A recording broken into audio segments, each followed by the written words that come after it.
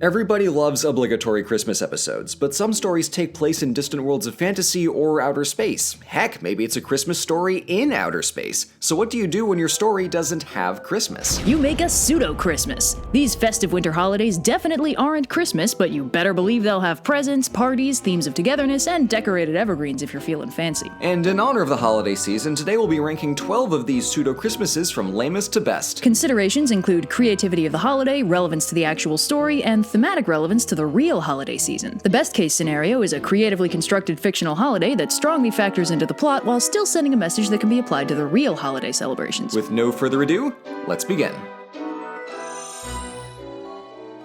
Filling out the bottom of our list is the Feast of Lights, a 2-day New Year's festival celebrated in the extensive Wheel of Time series, with parades, parties, and lighting a whole bunch of lamps in every window. In one city, it plays out like the ancient Roman Saturnalia festival, where the normally strict social order drops all of its pretenses and the citizens do whatever they want. Despite the festiveness on display, it's low on the list because it has nothing to do with the story, and it only serves as a backdrop for the other stuff going on. It's not a holiday story, it's a story with holidays in it. Another pseudo-Christmas from another beloved fantasy series, Aristide comes with all the trimmings of Christmas, decorated evergreens, huge feasts, all that jazz. A key difference is that Aristide isn't explicitly a winter festival, but is instead a celebration of the day that the 7 gods created the world, and the standard Christmassy celebrations are supplemented with a play recounting that story. This is all very cool, but again, it's mostly just set dressing. Aristide is only in the story here because it's the significant prophecy date when our hero pulls out a magic sword and finds out he's the one true king. Pretty neat, but not very Christmassy. Taking a break from fantasy to swing into sci-fi, Prixin from Star Trek Voyager is a Talaxian multi-day holiday celebrating family and togetherness with a big party and a lot of food. But unfortunately, it serves as a backdrop to an extremely depressing plotline where the Talaxian protagonist Neelix is briefly killed, and instead of finding a beautiful afterlife and reuniting with his dead family, he finds nothing. When he's healed, he has a massive existential crisis and becomes actively suicidal until the crew convinces him that he's a valued member of their family and they need him around. It's kind of like It's a Wonderful Life in space, which is kind of on brand for the holiday, but still a huge downer. So while this holiday is called Youll in the story, we gotta remember that it's canonical in-universe that the entire Lord of the Rings was translated into English from a text written in Westron. So it's not actually called Youll, that's just what the fictional translators named it. Anyway, Youll is a 6-day celebration held in the Shire to ring in the New Year, and it's a traditional midwinter festival full of feasting and merriment. It's only referenced in the appendices in the very end of Return of the King, but it's appropriately on-brand and very festive, and post-scouring of the Shire, the festivities serve as a nice way to close out that whole mess. The New Life Festival is the in-lore excuse for the Elder Scrolls franchise to give players festive holiday-themed quest events and items around the holiday season. It's not so coincidentally held on the 25th of December, in-universe called Evening Star. Canonically speaking, while it's a basic gift-giving and partying holiday now, it used to be a celebration of the sun god Magnus, which is awfully similar to how December 25th used to be the festival of Sol Invictus, the unconquered sun. That's neat! Good lore! But there's not much else here since it's mostly just an in-universe reason for the real-world season.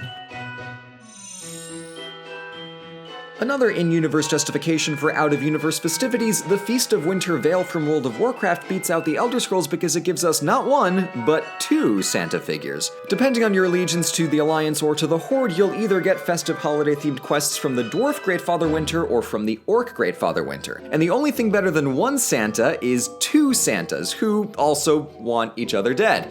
I wonder if they ever get their presents factories confused with their weapons labs. Now this one's a bit of a cheat, because Emperor's Day is really only referenced in the expanded universe of Warhammer 40k, and the details are a little bit fuzzy, as are the mechanics of celebrating the New Year at the same time across multiple different planets with different orbital periods. It's some form of New Year's celebration where gifts are exchanged and the achievements of the God Emperor of Mankind are celebrated, but beyond that, the details aren't really established. But I have to give this one points because the fanbase really likes it, and it might be the only bit of festive holiday cheer in the entire grim darkness of the far future where there is only war. The Winter Solstice episode of Xena Warrior Princess has everything, and when I say everything, I mean everything. The heroes face a miserly old king who refuses to let his subjects celebrate Solstice, which involves caroling, feasting, gift-giving, and decorating trees. The king's humble clerk, a former toymaker named Centocles, overcomes his fear of enclosed spaces to sneak into an orphanage through a chimney to deliver gifts. The heroes trick the king into thinking they're the 3 fates of past, present, and future to convince him to mend his ways, and then on the way out of town, they run into a lovely young couple with a magic glowing baby and give them their donkey so they can get west faster following a really bright star. Any story that mashes together A Christmas Carol, the creation of Santa Claus, and baby Jesus without becoming completely incoherent earns my respect and a place in the top half of this list. The story of Team Fortress 2's Australian Christmas claims that when the crotchety old Nicholas Crowder first landed on the shores of Australia, he said screw this and immediately left to go conquer the South Pole instead. Legend says that every December 18th he returns to Australia and abducts all the naughty children, forcing them to make him gifts for a year. He then sells all the duplicate gifts online for extremely low prices. While this is another excuse for holiday-themed in-game events, this one gets points for sheer creativity and being extremely on brand for TF2, and also for canonically making the South Pole into Australia's own Australia. Okay, look, I know.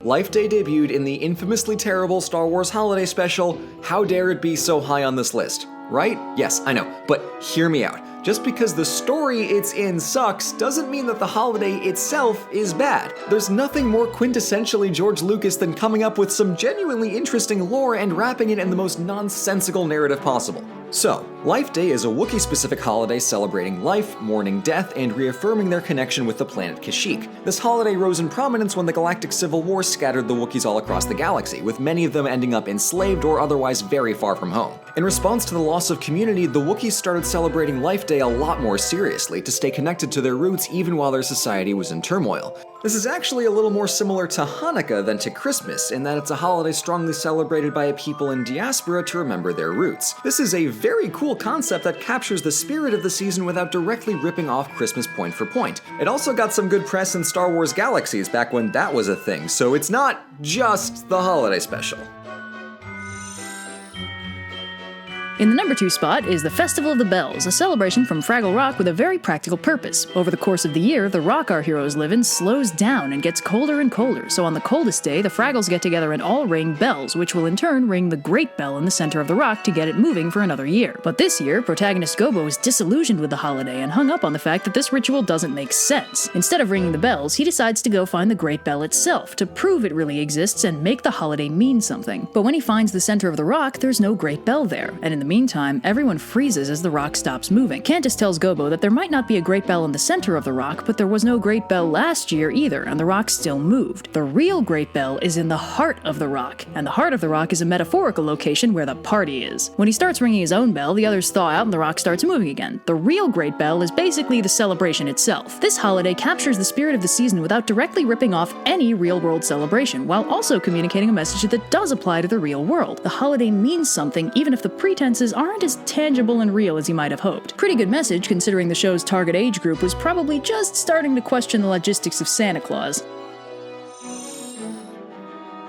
And in the top spot, a fictional holiday that resembles Christmas without just being Christmas, that tells a story relevant to the real world and to the holiday season without ripping either one from reality. Hogs Watch, celebrated in Terry Pratchett's Discworld, is a winter holiday with caroling, presents, big dinners with families, and food left out for a gift-giving spirit in a red suit with a flying sleigh. Hogs Watch is one of many elements in the Discworld that bear a suspicious resemblance to our world. Previous similarities have included a semi-sentient Eldritch Abomination shopping mall, a hot new musical trend called Music with Rocks In that was also semi-sentient and a bit of an Eldritch Abomination, and the world's first gun, which was also a semi-sentient Eldritch Abomination. But Hogs Watch isn't an extra-dimensional Eldritch incursion. It's very grounded in the history of the Discworld, a winter festival with very ancient roots, originally a pagan festival of sacrifice to bring back the sun on the coldest night of the year. And it's also not just a cheerful backdrop for an otherwise unrelated story. In the book Hogfather, Hogs Watch is sabotaged by an assassin who's been commissioned to kill the Hogfather, and attempts to do so by preventing children from believing in him. The anthropomorphic personification of Death, a recurring character in this series, steps up to do the Hogfather's job and keep the belief in the holiday flowing while Death's granddaughter Susan finds a way to stop the assassin, and if they fail, the sun won't rise. Oh, sure, a ball of flaming gas will still illuminate the world, but the message of the book is summed up in the narration itself. Humans need fantasy to be human, to be the place where the falling angel meets the rising ape. That line alone is raw enough to give Hogs Watch the top spot, but the narrative overall captures the winter vibe really well. Sure, the world will still turn and spring will still come if we don't have a party, but what's the point if we don't make it mean something? Hogs Watch takes the top spot by telling the best Christmas story I've ever seen without actually being about Christmas at all. Go read it. And that's our official top 12 fictional pseudo-Christmases. Feel free to drop a comment with your own favorite or to complain about our ranking. Because there's nothing more in the spirit of the season than yelling at somebody over the internet. Happy holidays to all. Ah, the holidays.